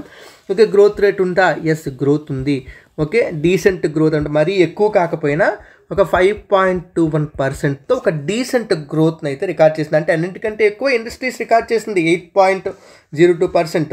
ఇంకా సర్వీస్ సెక్టార్ ఒక 5.2% గ్రోత్ని రికార్డ్ చేసిందండి. ఓకే, అండ్ ఇప్పుడు సర్వీస్ బేస్డ్ ఎకానమీ పెరిగిపోతుంది ఇంత ఎక్కువ. సో దీనిలో సబ్ సెక్టార్స్ కూడా చాలా ఎక్కువ అనమాట. సర్వీస్ బేస్డ్ ఎకానమీలో సర్వీస్ సెక్టార్లో సబ్ సెక్టార్స్ కూడా ఎక్కువ. ఒకసారి ఇక్కడ ఇచ్చినవన్నీ నేను చెప్తాను, వినండి. అంటే ఇవన్నీ ఉన్నాయని మనకు తెలియాలి, క్లియర్గా తెలియాలండి. ఓకే, సో ఇందులో సబ్ సెక్టార్స్ ఏంటంటే first trade, hotel and restaurants. Trade ద్వారా అంటే వ్యాపారం, అలాగే హోటల్స్, రెస్టారెంట్ల ద్వారా దగ్గర 62,384 కోట్లు వచ్చిందంటండి. ఓకే, అండ్ ఇందులో ఒక 3.43% వరకు గ్రోత్ కనిపించిందంట. ఓకే, అలాగే రైల్వేస్ సెంట్రల్ గవర్నమెంట్ అయినా వాటిలోంచి మనకు వచ్చే కొన్ని ఆదాయాలు ఉంటాయి. సో ఆదాయంలో రైల్వేస్ నుంచి ఒక 5,184 కోట్లు కాంట్రిబ్యూట్ చేసింది రైల్వేస్ నుంచి. ఓకే, ఇది ఒక 3.23% గ్రోత్. ఇదంతా పట్టించుకోవాల్సిన అవసరం లేదు, ఇవన్నీ తక్కువ వాల్యూస్ మనకి. ఓకే, అలాగే ట్రాన్స్పోర్టేషన్ బై అదర్ మీన్స్ అనమాట, అంటే మిగతా అన్ని రకాల ట్రాన్స్పోర్టేషన్స్ అండి. ఓకే, దీంతోపాటు స్టోరేజ్, ఈ రెండు కలుపుకుంటే దగ్గర 40,000 కోట్లు కాంట్రిబ్యూషన్ జరిగింది, 40,162 కోట్లు. అండ్ ఇందులో మనకి ఒక 5.86% గ్రోత్ అనేది కనిపించింది. ఓకే, అలాగే కమ్యూనికేషన్స్ రంగం, ఓకే సమాచార రంగం ఏదైతే ఉందో, అంటే బిఎస్ఎన్ఎల్ ఇలాంటివన్నీ ఉంటాయి కదా, టవర్ల ఇన్స్టాలేషన్ ఇవన్నీ కూడా, వీటి ద్వారా ఒక 12,461 కోట్లు వచ్చిందండి. వీటిల్లో హయ్యెస్ట్ గ్రోత్ కనిపించిందన్నమాట, 12.4% గ్రోత్ అనేది కనిపించింది. ఓకే, అలాగే బ్యాంకింగ్ అండ్ ఇన్సూరెన్స్ రంగం ఏదైతే ఉంటుందో, బ్యాంకింగ్ అండ్ ఇన్సూరెన్స్. సో ఈ బ్యాంకింగ్ అండ్ ఇన్సూరెన్స్ రంగం ద్వారా మనకి ఒక 37,952 కోట్ల ఆదాయం అయితే వచ్చింది. ఓకే, దీనిలో ఒక 6.93%, 6.93% గ్రోత్ అయితే కనిపించిందండి. ఓకే, ఇంకా రంగాలు అయిపోలేదు, ఉన్నాయండి. ఓకే, ఆ తర్వాత ఒక మేజర్ కాంట్రిబ్యూటర్ మనకి తెలుసు రియల్ ఎస్టేట్ ఎంత భూమిలో ఉందో. రియల్ ఎస్టేటు, అలాగే ఓనర్షిప్ ఆఫ్ డ్వెల్లింగ్స్ అంటే నివాసాలండి. నివాసాల యొక్క ఓనర్షిప్ అంటే వాటికి సంబంధించిన విలువ, వీటి వలన మనకి దగ్గర ఎకానమీకి 56,670 కోట్ల కాంట్రిబ్యూషన్. అంటే అక్కడి నుంచి అంత సర్వీసెస్ అనేవి ప్రొడ్యూస్ అయ్యాయన్నమాట రియల్ ఎస్టేట్ రంగం ద్వారా. డ్వెల్లింగ్స్ అంటే అద్దెల ద్వారా, వీటన్నిటి ద్వారా అనమాట. ఓకే, సో వీటిల్లో నియర్లీ మనకి ఒక 7.56% గ్రోత్ అయితే కనిపించింది. అలాగే పబ్లిక్ అడ్మినిస్ట్రేషన్ కూడా మనకి సర్వీసెస్లోకే కన్సిడర్ చేయబడుతుందండి. ఓకే, సో ఇందులో 27,000 కోట్ల రూపాయల కాంట్రిబ్యూషన్ జరిగింది. ఇదొకటి నెగిటివ్ గ్రోత్ అనమాట, -2.9% గ్రోత్. అంటే పబ్లిక్ అడ్మినిస్ట్రేషన్ నుంచి వచ్చే ఆదాయం తగ్గిందనమాట గవర్నమెంట్కి కాదు, మామూలుగా గవర్నమెంట్కి ఆదాయం కాకుండా స్టేట్ ఎకానమీకి కాంట్రిబ్యూషన్ తగ్గిందనమాట పబ్లిక్ అడ్మినిస్ట్రేషన్ నుంచి. ఇంకా అదర్ సర్వీసెస్, ఇంకా చాలా సర్వీసులు ఉంటాయి కదా, అన్నీ మనం చెప్పుకోలేం కదా. సో వాటి నుంచి ఒక 48,532 కోట్లు వచ్చింది. వీటిలో కూడా ఒక 6.37% గ్రోత్ కనిపించింది. అంటే ఇక్కడ మనం గుర్తుపెట్టుకోవాల్సింది హయ్యెస్ట్ కాంట్రిబ్యూటర్ 62,000 కోట్లతో ట్రేడు, హోటల్, రెస్టారెంట్స్ ఉన్నాయి. అలాగే రియల్ ఎస్టేట్స్, డ్వెల్లింగ్స్ 56,000 కోట్ల కాంట్రిబ్యూషన్ ఉంది. ఓకే, ఆ తర్వాత transportation, other means of transportation, అలాగే స్టోరేజ్, గిడ్డంగులు ఇవన్నీ ఉంటాయి కదా. ఓకే, వేర్ హౌసెస్, వీటి ద్వారా ఒక 40,000 కోట్లు. అలాగే బ్యాంకింగ్ అండ్ ఇన్సూరెన్స్ కూడా మంచి కాంట్రిబ్యూషన్ చేస్తుంది, 37,000 కోట్ల వరకు. అలాగే మంచి గ్రోత్ని కనబరిచింది కమ్యూనికేషన్ రంగం. ఓకే, 12.4% గ్రోత్ కనిపించింది. నెగిటివ్ గ్రోత్ కనిపించింది -2.9% పబ్లిక్ అడ్మినిస్ట్రేషన్లో కనిపించింది. మనకి ఇలా కూడా అడగొచ్చిన బిట్ ఎలాగంటే, ఈ క్రింది వాటిలో ఏవి సర్వీస్ సెక్టార్ కింద కన్సిడర్ చేయబడతాయి అని అడగొచ్చు. ఓకే, ఇక్కడ మెన్షన్ చేసిన పేర్లో ఏదైనా మనకి ఇవ్వచ్చు, రైల్వేస్ ఇవ్వచ్చు, కమ్యూనికేషన్ ఇవ్వచ్చు, రియల్ ఎస్టేట్ ఇవ్వచ్చు, okay, trade, hotels and restaurants ఇవ్వచ్చు. మనం కన్ఫ్యూజ్ అవ్వచ్చు. సో అందుకని ఈ పేర్లు తెలుసుకోవడం తప్పలేదు కదా. ఈ పేర్లు తెలుసుకుంటే ఖచ్చితంగా మనకి అడ్వాంటేజియస్గానే ఉంటుందన్నమాట. సో అందుకే క్లియర్గా తెలుసుకోండి సర్వీసెస్ సెక్టార్ యొక్క మెయిన్ కాంట్రిబ్యూషన్ ఏ రంగాల నుంచి వచ్చింది. అండ్ సర్వీస్ సెక్టార్ యొక్క ఓవరాల్ గ్రోత్ ఎంత, 5.21%. ఓవరాల్ కాంట్రిబ్యూషన్ జీవీఏ 2,90,360 కోట్లు. అన్నింటికంటే లార్జెస్ట్ కాంట్రిబ్యూటర్ అదే సర్వీస్ సెక్టారే. ఓకే, ఇగోండి సర్వీస్ సెక్టార్ యొక్క జీవీఏ ఎస్టిమేట్స్ ఇచ్చారండి. ఓకే, కోట్ల రూపాయల్లో ఇచ్చారు మనకి. వీటి రూపాయల్లో మెన్షన్ చేశారు ఎన్ని కోట్ల రూపాయలు అని చెప్పి. ఓకే, ఇందులో ఒక్కొక్క దాని యొక్క విభాగాన్ని మనకి మెన్షన్ చేసిన చూడండి. Trade, hotel and restaurants okay 2014-15 నుంచి పెరిగింది. బట్ కరోనా టైంలో 2020-21 టైంలో తగ్గి మళ్ళీ పెరుగుతూ ఉంది. మళ్ళీ ట్రెండ్ బాగానే ఉంది. రైల్వేస్ ఎప్పుడు కాన్స్టెంట్గా, మరీ అటు ఇటు కాకుండా కాన్స్టెంట్గానే ఉంది. అలాగే అంటే కరోనా టైంలో కూడా ఎంతగా తగ్గలేదండి. ఓకే, అలాగే ట్రాన్స్పోర్టేషన్ బై అదర్ మీన్స్ ఇది కూడా పెరుగుతుంది. కరోనా టైంలో తగ్గింది, మళ్ళీ పెరుగుతుంది. కమ్యూనికేషన్స్, కరోనా టైంలో కమ్యూనికేషన్స్ అంత ఎక్కువగా ఇంపాక్ట్ అవ్వదు కదా. ట్రాన్స్పోర్టేషన్ ఇంపాక్ట్ అయిందంటే జనాలు తిరగలేదు కాబట్టి ఇంపాక్ట్ అవుతుంది, కానీ మిగతా ఇవి ఇంపాక్ట్ అవ్వదు కదా. అలాగే బ్యాంకింగ్ వచ్చేటప్పటికి, బ్యాంకింగ్ కూడా మనకి ఒక కన్సిస్టెంట్ గ్రోత్తోనే ఉందండి. ఓకే, బ్యాంకింగ్ సెక్టర్ కూడా ఒక కన్సిస్టెంట్ గ్రోత్తోనే ఉంది, అలా కంటిన్యూస్గా మంచి గ్రోత్నే కనబరుస్తుంది. అలాగే రియల్ ఎస్టేట్ మళ్ళీ 2018-19లో తగ్గింది, ఆ తర్వాత పెరిగింది. పబ్లిక్ అడ్మినిస్ట్రేషన్ అలా పెరుగుతూ ఇప్పుడు నెగిటివ్ గ్రోత్లోకి వచ్చింది. అదర్ సర్వీసెస్ కూడా మళ్ళీ 2020-21లో తగ్గి మళ్ళీ పెరిగాయండి. సో అంటే ఈ ట్రెండ్ అంతా కూడా కరెక్ట్గా ఈ కరోనా యొక్క ఇంపాక్ట్ని మనం క్లియర్గా చూడొచ్చు అన్నమాట ఎకానమీ మీద. సర్వీస్ సెక్టర్ అనేది డైరెక్ట్గా ప్రజలకు రిలేటెడ్. ప్రజలకే కదా సర్వీసెస్ ప్రొవైడ్ చేస్తాము, ఇంకెవరికి ప్రొవైడ్ చేస్తాము? ప్రజలే అక్కడ లేకపోతే, ప్రజలే బయట తిరగకపోతే ఎవరికి సర్వీస్ ఇస్తావు? ఎవరికి ఇవ్వలేదు. ప్రజలు బస్సు ఎక్కట్లేదు, బస్సు ఎక్కకపోతే బస్సులు ఎందుకు తిరుగుతాయి? ఇక్కడండి కరోనా టైంలో బస్సులు తిరగడం లేదు. తిరగకపోతే సర్వీస్ సెక్టార్కి అక్కడి నుంచి అంటే ఇప్పుడు ఆర్టీసీ బస్సులు తిరిగితే ఈరోజు ఆర్టీసీకి 300 కోట్ల ఆదాయం వచ్చింది, అది జీవీఏకి వెళ్తుంది. అంటే ఏంటి, గ్రాస్ వాల్యూ యాడెడ్కి. ఇప్పుడు ఆర్టీసీ బస్సులు తిరగకపోతే దాని నుంచి జీవీఏ ఎందుకు వస్తుంది? ఆ రోజు ఒక్కరోజు ఆర్టీసీ వాళ్ళు సమ్మె చేస్తే ఆ రోజు జీవీఏ రాదు. అలాగనమాట, అక్కడ మెయిన్ పాయింట్ అదనమాట మనం గుర్తుపెట్టుకోవాల్సింది. సో ఈ విధంగా ఇది సర్వీస్ సెక్టార్ యొక్క కాంట్రిబ్యూషన్ ఉంది. అలాగే సర్వీస్ సెక్టార్ యొక్క గ్రోత్ కూడా మనకి చెప్తున్నాను చూడండి. సర్వీస్ సెక్టార్ యొక్క గ్రోత్ రేట్స్ పర్సంటేజ్ అనేవి మనకి ఎలా ఉన్నాయి మనకి అబ్జర్వ్ చేస్తే మొత్తం 8 కూడా ఇచ్చారు 2014-15 నుంచి. ఓకే, ఒక్కొక్క సంవత్సరం ఒక్కొక్కటి ఏదో డామినేట్ చేస్తూ ఉంటారు. 2014-15లో రైల్వేస్ డామినేట్ చేసింది, మంచి గ్రోత్ కనిపించింది. ఓకే, అలాగే 2015-16లో ట్రేడ్ అండ్ హోటల్స్, ఓకే 2018-19 చూడండి అసలు అన్నింటినీ దాటేసి బ్యాంకింగ్ అండ్ ఇన్సూరెన్స్ విపరీతంగా పెరిగిపోయిందంట, కంప్లీట్గా ఒక వేరే లెవెల్కి వెళ్ళిపోయింది 2018-19లో. మేబీ బికాజ్ ఆఫ్ ది ఈ ఏమంటారు డిజిటల్ ఇండియా వలన, ఓకే మొత్తం డిజిటల్ ట్రాన్సాక్షన్స్ వలన, దీంతోపాటు కరోనా వల్ల ఇన్సూరెన్స్లు ఇవన్నీ పెరగడం వల్ల దానివల్ల అవ్వచ్చు మార్కెట్ విపరీతంగా పెరిగిపోయింది. అదే టైంలో real estate and ownership negative growth record చేసింది చూడండి, -8% వరకు నెగిటివ్ గ్రోత్ని రికార్డ్ చేసింది. అంటే అర్థం ఏంటంటే ఎవరు బయటకి అద్దెలు తీసుకోవడానికి అక్కడ ఏం లేదన్నమాట. సో అందువలన అక్కడ నెగిటివ్ గ్రోత్ కనిపించింది. 2019-20కి వచ్చింది అనుకోండి, 2019-20కి వచ్చేటప్పటికి రైల్వేస్ అసలు పూర్తిగా తిరగలేదు కంప్లీట్గా. ఓకే ప్యాసింజర్ ట్రైన్ చాలా వరకు రద్దయి పూర్తిగా ఆగిపోయాయి కంప్లీట్గా. ఓకే సో చాలా ఎక్కువ నెగిటివ్ గ్రోత్ వచ్చింది. నెగిటివ్ గ్రోత్ -10% కంటే ఎక్కువ వచ్చింది. 2020-21 వచ్చింది. కరోనా యొక్క సెకండ్ వేవ్ ఈ ఫస్ట్ వేవ్ కలిపి ఉన్న కాలం అది మనకి. సో ఈ సెకండ్ వేవ్ ఫస్ట్ వేవ్ కలిపి ఉన్న ఈ ఫైనాన్షియల్ ఇయర్ ఏదైతే ఉందో ఇందులో ఒక 3 రంగాలు తప్పితే అన్నీ నెగిటివ్ గ్రోతే. అన్నీ అంటే 3 రంగాలు ఏంటి positive growth? Banking and insurance, real estate ownership అది ఏదో కొంచెం బాగానే ఉంది, పబ్లిక్ అడ్మినిస్ట్రేషన్ బాగానే ఉంది. మిగతావి ట్రాన్స్పోర్టేషన్, ట్రేడ్ అండ్ హోటల్స్ బాగా తగ్గిపోయి, రైల్వేస్ ఓకే అన్నింటికంటే దారుణంగా ఇంపాక్ట్ అయింది transportation by other means. Nearly 30% వరకు నెగిటివ్ గ్రోత్ని రికార్డ్ చేసింది చూడండి ఒకసారి. ఓకే సో అంత దారుణం అనమాట. మళ్ళీ వెంటనే 2021-22లో అందుకనే ఇక్కడ బాగా తగ్గిపోయింది కాబట్టి నెక్స్ట్ ఇయర్ని ఎప్పుడు దీంతోనే కదా కంపేర్ చేస్తారు. ఆ బేస్ ఎఫెక్ట్ వలన ఇక్కడ చూడండి 35% వరకు గ్రోత్ రికార్డ్ చేసిందండి ట్రాన్స్పోర్టేషన్ సెక్టార్.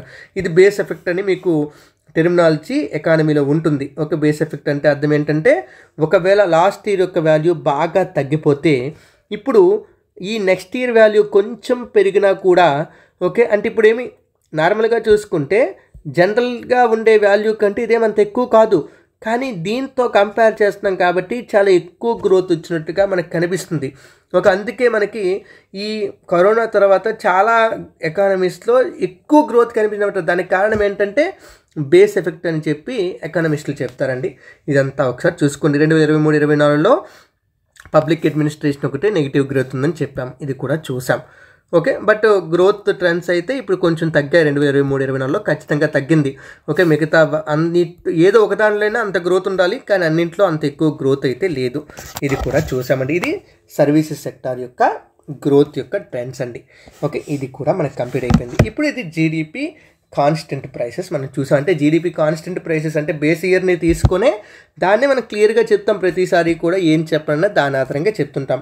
అయితే ఇదే జీడిపిని మనం ఒకవేళ కరెంట్ ప్రైసెస్లో చెప్పాలి అనుకుంటే ఓకే అప్పుడు దానికంటూ ఒక వాల్యూ ఉంటుంది కదా.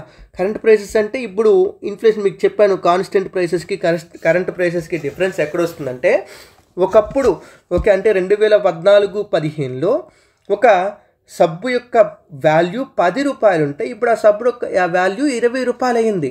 ఓకే అయితే ఒక కంపెనీ 100 సబ్బులు తయారు చేసింది అనుకోండి. ఓకే ఒక కంపెనీ 100 సబ్బులు తయారు చేసింది అనుకోండి, అప్పుడు ఆ కంపెనీ యొక్క జీడిపిలో జీడిపికి దాని యొక్క కాంట్రిబ్యూషన్ 1000 రూపాయలు. ఓకే ఎందుకంటే ఆ సబ్బు రేటు 10 రూపాయలు కాబట్టి 100 సబ్బులు 1000 రూపాయలు అనమాట. ఇప్పుడు అదే కంపెనీ ఆ 100 సబ్బులే తయారు చేస్తుంది, ఎక్కువేం పెరగలేదు, అంటే వాళ్ళ యొక్క ప్రొడక్షన్ పెరగలేదు అనమాట. ఇక్కడ మెయిన్ పాయింట్ ఏంటంటే మనకి ఎందుకు కాన్స్టెంట్ ప్రైసెస్ కరెంట్ ప్రైసెస్ ఎందుకు ఉపయోగిస్తుంటే మీకు చెప్పిన తర్వాత అర్థమవుతుంది చూడండి. ఓకే 20 రూపీస్ అయింది ప్రైస్, సో ఇప్పుడు 2000 రూపాయలు అనమాట ఆ కంపెనీ యొక్క వర్త్. ఆ కంపెనీ యొక్క జీడిపి వాల్యూ మనకి 2000 రూపాయలుగా ఉందన్నమాట. అంటే 100% గ్రోత్ అయింది అని చెప్పి మనం అనుకోవచ్చు. అయితే రియల్గా ప్రొడక్షన్ పెరిగిందా అండి? దిర్ వాజ్ నో, అసలు 0%. అసలు ప్రొడక్షన్ ఈ 10 సంవత్సరాల్లో ఏం పెరగలేదు. ప్రొడక్షన్ పెరగకపోయినా రేట్లు పెరగడం వలన జీడిపి వాల్యూ పెరుగుతుంది. ఇది ఇక్కడ మీరు గుర్తుపెట్టుకోవాల్సిన పాయింట్ అనమాట. జీడిపి వాల్యూ ప్రొడక్షన్ పెరగకపోయినా పెరుగుతుందంటే 2014-15లో ఉన్న జీడిపి వాల్యూ ఇప్పుడున్న జీడిపి వాల్యూ ఖచ్చితంగా మారుద్ది. ఎందుకంటే ఇప్పుడున్న రేట్లు వేరు, అప్పుడున్న రేట్లు వేరు. అందుకని అలా తెలియకుండా అంటే ఇప్పుడు ఏంటంటే దీనివల్ల ఏమవుతుందంటే మనం నిజంగానే జీడిపి పెరిగిపోతుంది, మన కంట్రీ బాగా డెవలప్ అయిపోతుంది అనుకుంటున్నాం. మనకు అర్థమవలసిన విషయం ఏంటంటే జీడిపి పెరగట్లేదండి, కేవలం అక్కడ మనకి ఆ ప్రోడక్ట్ యొక్క ప్రైస్ పెరిగింది. అది just it is an indication of inflation మాత్రమే. అక్కడ ఇన్ఫ్లేషన్ పెరిగింది అంతేగాని అక్కడ ఎక్కడా కూడా ప్రైసెస్ పెరిగాయి కానీ నార్మల్గా ప్రొడక్షన్ అయితే పెరగలేదు, దేశం అభివృద్ధి చెందట్లేదని అర్థం అన్నమాట. సో అందుకని ఏం చేస్తారంటే జీడిపిని ఎప్పుడూ కూడా కాన్స్టెంట్ ప్రైసెస్ దగ్గర క్యాలిక్యులేట్ చేస్తారు. సో ఇప్పుడు ఈ సంవత్సరం నువ్వు చూసావు, ఈ సంవత్సరం 100 సబ్బులే ప్రొడ్యూస్ చేసావు అంటే దాని రేటు 2014-15లో ₹10 కాబట్టి ఇప్పుడు నీ జీడిపి ₹1000. అంటే 10 సంవత్సరాల కాలంలో నువ్వు పెద్దగా ఏం సాధించింది పీకింది ఏం లేదనమాట కరెక్ట్గా, అంటే నాటుగా చెప్పుకోవాలంటే. ఓకే, సో అందుకనే GDP at current price constant ప్రైసెసే మనం క్లియర్గా చెప్పుకోవాలి. బట్ కరెంట్ ప్రైసెస్ చెప్తే కొంచెం ఎక్కువ వాల్యూ వస్తుంది, బట్ దానివల్ల మనకి ఎలాంటి ఉపయోగం లేదన్నమాట. అది మనం ఇక్కడ గుర్తుపెట్టుకోవాల్సిన విషయం. సో 2023-2024 అడ్వాన్స్డ్ ఎస్టిమేట్స్ ప్రకారం కరెంట్ ప్రైసెస్ ప్రకారం 2023-2024లో ఆంధ్రప్రదేశ్ యొక్క జిఎస్డిపి ఎంత అంటే 14 లక్షల కోట్లండి. 14 లక్షల కోట్లండి. 14,39,674 కోట్లండి. ఓకే, మీరే అర్థం చేసుకోవచ్చు అప్పుడు ఎంత. 2023-24 కాన్స్టెంట్ ప్రైసెస్ దగ్గర ఆంధ్రప్రదేశ్ యొక్క జిఎస్డిపి దగ్గర 8,20,000 కోట్లండి. ఓకే, సో అంటే ఇక్కడ పాయింట్ ఏంటి తెలుసా, మేబీ గ్రోత్ వచ్చుండొచ్చు. ఓకే, గ్రోత్ వచ్చిందా రాలేదా మీకు చెప్పడం తర్వాత మాట. ఓకే, గ్రోత్ కాకుండా మీరు ఇక్కడ తెలుసుకోవాల్సిన మెయిన్ విషయం ఏంటంటే, తొలి కూడా ఆల్రెడీ చెప్పే ఉంటాను ఈ పాయింట్ నేను. ఈ 8,20,000 కోట్లకి 14 లక్షల కోట్లకి మధ్య ఉన్న డిఫరెన్సే మనకి ఈ మధ్యకాలంలో జరిగిన ఇన్ఫ్లేషన్ అనమాట. ఏంటి 2011-12 కదా మనకు బేస్ ఇయర్. సో అప్పటితో పోల్చుకుని దగ్గర 13 సంవత్సరాలు అయిపోయి కదా. సో ఈ 13 సంవత్సరాల్లో ఇన్ఫ్లేషన్ వల్ల ఇంత మారిందనమాట. అంటే ఇన్ఫ్లేషన్ ఎంత, 8 లక్షలకి 14 లక్షలకి డిఫరెన్స్ 6 లక్షల కోట్లు.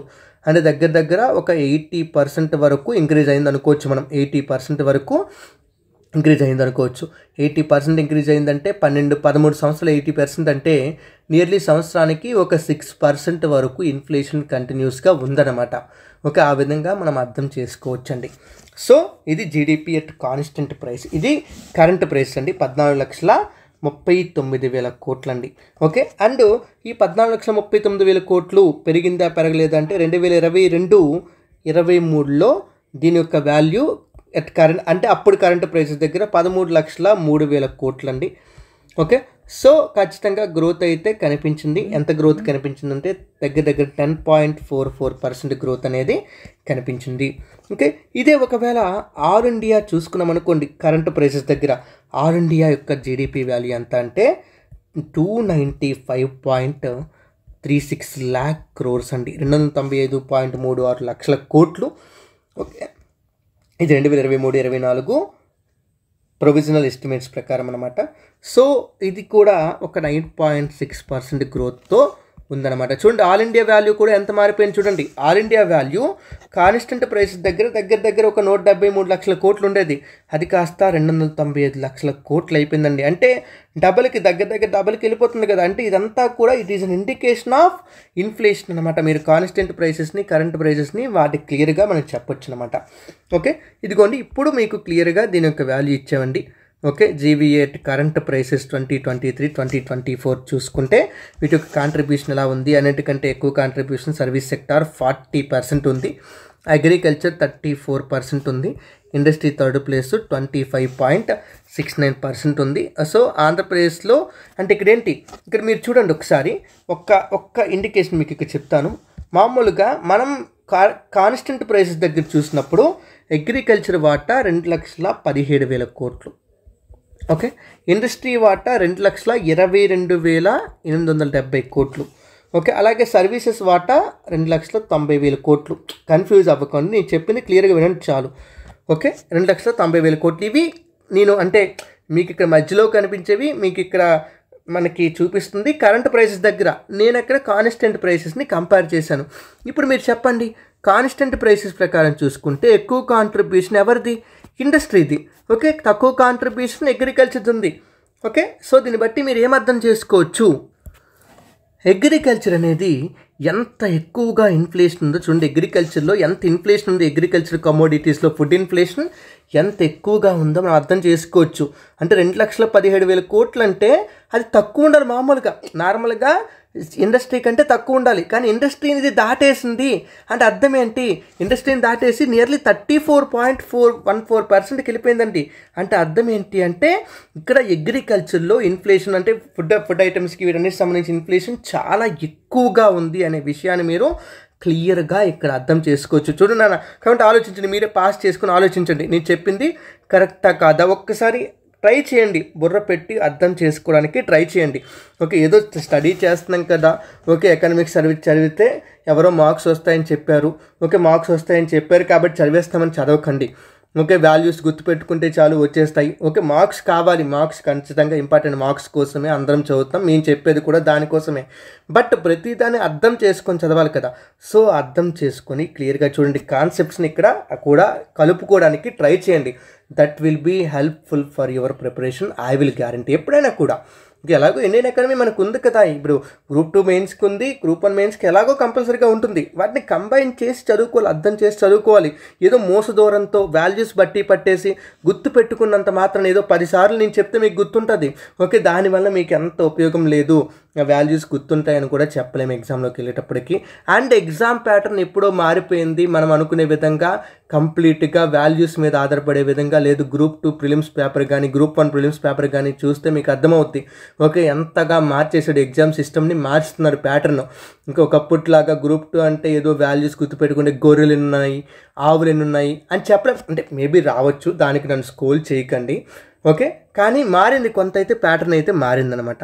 ఓకే, తర్వాత ఓకే ఇప్పుడు sub sector wise GVA at current prices మనం చూసుకుంటే చూడండి ఒకసారి, కంప్లీట్గా మొత్తం అన్ని సెక్టార్స్ ఇచ్చేసినట్టు ఇక్కడ మనకి అంటే అగ్రికల్చరా లేకపోతే ఇండస్ట్రియల్ సర్వీసెస్ కాదు, అన్నీ కలిపి ఇచ్చే చూడండి. ఒక అన్నింటికంటే ఎక్కువ కాంట్రిబ్యూషన్ మనకి మ్యానుఫ్యాక్చరింగ్ చూడండి. ఓకే, 12.23. సో 12.23% మనకి మ్యానుఫ్యాక్చరింగ్ సెక్టార్ ఉంది. ఓకే, ఆ తర్వాత లైవ్ స్టాక్ అండి. ఓకే, ఇప్పుడు చూడండి, ఇది మీకు క్లియర్గా చూస్తే అన్నీ కలిపి అనమాట ఇంకా. So manufacturing highest contribution 12.23. Okay, live stock 12.17 అంటే ఇండివిజువల్ సెక్టార్స్గా చూసుకుంటే. తర్వాత హార్టికల్చర్, ఆ తర్వాత రియల్ ఎస్టేట్ అండి. ఓకే, ఇవన్నీ దగ్గర మొత్తం ఈ 4-5 కలుపుకుంటే టాప్ 5 వరకు మనకు కలుపుకుంటే 50% వరకు అయిపోతుంది అనమాట. ఓకే, సో తర్వాత other services, construction, okay trade and hotel, అలాగే fishing and aquaculture, transportation by other means, banking, ఇలా తగ్గుతూ వస్తుంది. అగ్రికల్చర్ పెద్దగా ఏం కాంట్రిబ్యూట్ చేయట్లేదు, ఎక్కడో ఉందండి. ఒక అన్నిటి కలిపి చూసుకుంటే అగ్రికల్చర్, ఓకే హార్టికల్చర్ ఇవన్నీ కూడా చాలా తక్కువగానే కంట్రిబ్యూట్ చేస్తున్నాయి అనమాట. ఓకే, మైనింగ్ అండ్ క్వారీయింగ్, అలాగే electricity, gas and water supply, communications, forestry and logging, railways, ఇలా వీటి యొక్క కాంట్రిబ్యూషన్ అలా తగ్గుతూ ఉండాలని మీరు అబ్జర్వ్ చేయొచ్చు. హార్టికల్చర్ ఇక్కడ ఉంది కదా, హార్టికల్చర్ ఎక్కువగానే కాంట్రిబ్యూట్ చేస్తుంది. హార్టికల్చర్ అగ్రికల్చర్ కలుపుకుంటే అగ్రికల్చర్ 3.73, హార్టికల్చర్ 9.95 అంటే ఒక 10 ప్లస్ 3.73 అంటే ఒక 13.7 వరకు ఉంటుంది అనమాట. వాల్యూ 13.7 వరకు ఉంటుంది. So no problem. సో మంచి కాంట్రిబ్యూషన్ ఉందని మనం అనుకోవచ్చు. ఇదంతా కూడా ఒకసారి అబ్జర్వ్ చేయండి. Highest contribution okay current prices అనే కాన్స్టెంట్ ప్రైసెస్ ఉన్నాయి. కొన్ని సెక్టార్స్లో ప్రైసెస్ మారి ఉండొచ్చు, 2011-12కి ఇప్పటికీ మారి ఉండొచ్చు. బట్ కరెంట్ ప్రైసెస్ ప్రకారం చూసుకుంటే హైయెస్ట్ కాంట్రిబ్యూషన్ మ్యానుఫ్యాక్చరింగ్ సెక్టార్దే. Okay, only manufacturing, not industries, complete industries కాదు. ఓకే, అండ్ ఫైనల్గా మనకి ఇక్కడ ఇంకొక చార్ట్ని కూడా ప్రొవైడ్ చేసిరండి. Okay, growth rates of Andhra Pradesh GSDP అలాగే ఇండియన్ జీడిపి, ఈ రెండింటిని కలిపి మనకి కంపేర్ చేస్తూ ఇచ్చాడనమాట. ఇంకా ఆంధ్రప్రదేశ్ ట్రెండ్స్ ఎలా ఉన్నాయి, మొత్తం ఆల్ ఇండియా ట్రెండ్స్ ఎలా ఉన్నాయి. ఫస్ట్ చార్ట్లో మనకి GDP GSTP growth rates constant prices చెప్తున్నాడు. కాన్స్టెంట్ ప్రైసెస్ చూసుకుంటే ఫస్ట్ గ్రీన్ కలర్లో ఉంది ఆంధ్రప్రదేశ్, రెడ్ కలర్లో ఉన్నది all India. Okay, Andhra Pradesh okay 2014-15 తర్వాత గ్రోత్ కనిపించింది, మళ్ళీ తగ్గింది, మళ్ళీ అంటే తగ్గిందంటే ఇదంతా గ్రోతే, బట్ గ్రోత్ యొక్క పర్సంటేజ్ తగ్గిందన్నమాట. ఓకే, 9.2 నుంచి 12.2, మళ్ళీ 8, మళ్ళీ 10, 6, అలా ఇక్కడేంటి 5.36, 3.7, ఇలా 2018 తర్వాత 19 తర్వాత రెండింట్లో కూడా తక్కువ కనిపించింది, గ్రోత్ తగ్గిపోవడం మొదలైంది. ఓకే, అండ్ ఒకనొక టైంలో 2020-21 ఈ ఫైనాన్షియల్ ఇయర్ వచ్చేటప్పటికి 1.52% గ్రోత్ తగ్గిపోయిందండి ఆంధ్రప్రదేశ్ గ్రోత్. ఓకే, సో అంటే ఇంకా పాజిటివ్ గ్రోత్లోనే ఉంది. ఓకే, ఇప్పుడు అదే ఇండియాకి అబ్జర్వ్ చేసి ఉన్నారు అంతవరకు. ఇంకా ఇండియా గ్రోత్ తక్కువ ఉంది, ఆంధ్రప్రదేశ్ కంటే తక్కువ ఉంది చాలా వరకు కూడా. ఓకే, కరెక్ట్గా 2018-19లో ఆంధ్రప్రదేశ్ ఇండియా కిందకి వెళ్ళిపోయింది. ఓకే, బట్ మళ్ళీ కరోనా టైంకి వచ్చేటప్పటికి ఇండియా చాలా దారుణమైన పరిస్థితికి వెళ్ళిపోయింది, నెగిటివ్ గ్రోత్లోకి వెళ్ళిపోయింది. కాన్స్టెంట్ ప్రైసెస్ దగ్గర -5.8% గ్రోత్ని రికార్డ్ చేసింది, -5.8% నెగిటివ్ గ్రోత్ని రికార్డ్ చేసిందండి. ఓకే, బట్ ఆ టైంలో కూడా ఆంధ్రప్రదేశ్ పాజిటివ్ గ్రోత్నే రికార్డ్ చేసింది, పడిపోలేదు. గ్రోత్ ఉంది ఖచ్చితంగా, కాన్స్టెంట్గా ఉండడం కాదు, గ్రోత్ ఉంది, దగ్గర 1.5% గ్రోత్ ఉంది తప్పితే నెగిటివ్ గ్రోత్లోకి వెళ్ళలేదు. ఆ తర్వాత మళ్ళీ 2021-22కి రెండు సేమ్ మ్యాచ్ అయిపోయింది, దగ్గర సేమ్ ఈక్వల్ గ్రోత్ వచ్చాయి. ఓకే, ఆ తర్వాత మళ్ళీ అలా సేమ్ ఆంధ్రప్రదేశ్ యొక్క గ్రోత్ని ఈ ఇండియన్ గ్రోత్ అనేది దాటేసింది. అంటే ఇప్పుడు ట్రెండ్లో ఆంధ్రప్రదేశ్ కంటే ఇండియా తక్కువ ఉండేది. ఓకే, బట్ కరోనా తర్వాత ఇండియన్ గ్రోత్ కొంచెం ఎక్కువైంది, ఆంధ్రప్రదేశ్ యొక్క గ్రోత్ అనేది తక్కువైంది అట్ కాన్స్టెంట్ ప్రైసెస్. ఓకే, అదే కరెంట్ ప్రైసెస్ చూసుకుంటే కరెంట్ ప్రైసెస్ కూడా సేమ్ అలాగే ఉన్నాయి చూడండి. ఆంధ్రప్రదేశ్ ఓకే 2018-19 వరకు చాలా వరకు ఇండియా కంటే కొంచెం ఎక్కువ గ్రోత్ రికార్డ్ అయింది. ఓకే, ఆ తర్వాత 2020-21లో రెండూ పడ్డాయి, బట్ ఆంధ్రప్రదేశ్ పాజిటివ్ గ్రోత్లో ఉంది, ఇండియన్ గ్రోత్ ఏమో నెగిటివ్ గ్రోత్లోకి వెళ్ళిపోయింది. ఇది కూడా సేమ్ ఉంది. ఓకే, ఆ తర్వాత రెండు పైకి లేచాయి, రెండు బాగానే పెర్ఫామ్ అయ్యాయి. ఇప్పుడు రెండు కాన్స్టెంట్ కంటే అలా దగ్గరలోనే వెళ్తున్నాయి అన్నమాట, ఇండియన్ గ్రోత్ రేటు, ఆంధ్రప్రదేశ్ యొక్క గ్రోత్ రేటు. ఇది ఇక్కడ మనం అబ్జర్వ్ చేసుకోవాల్సిన విషయం అండి. ఓకే, అండ్ ఫైనల్గా మనకి లాస్ట్గా మాట్లాడుకోవాల్సిన విషయం ఏంటంటే పెర్ క్యాపిటా ఇన్కమ్ అండి. Okay, per capita income.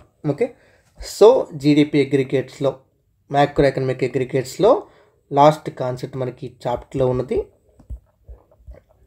Per capita income.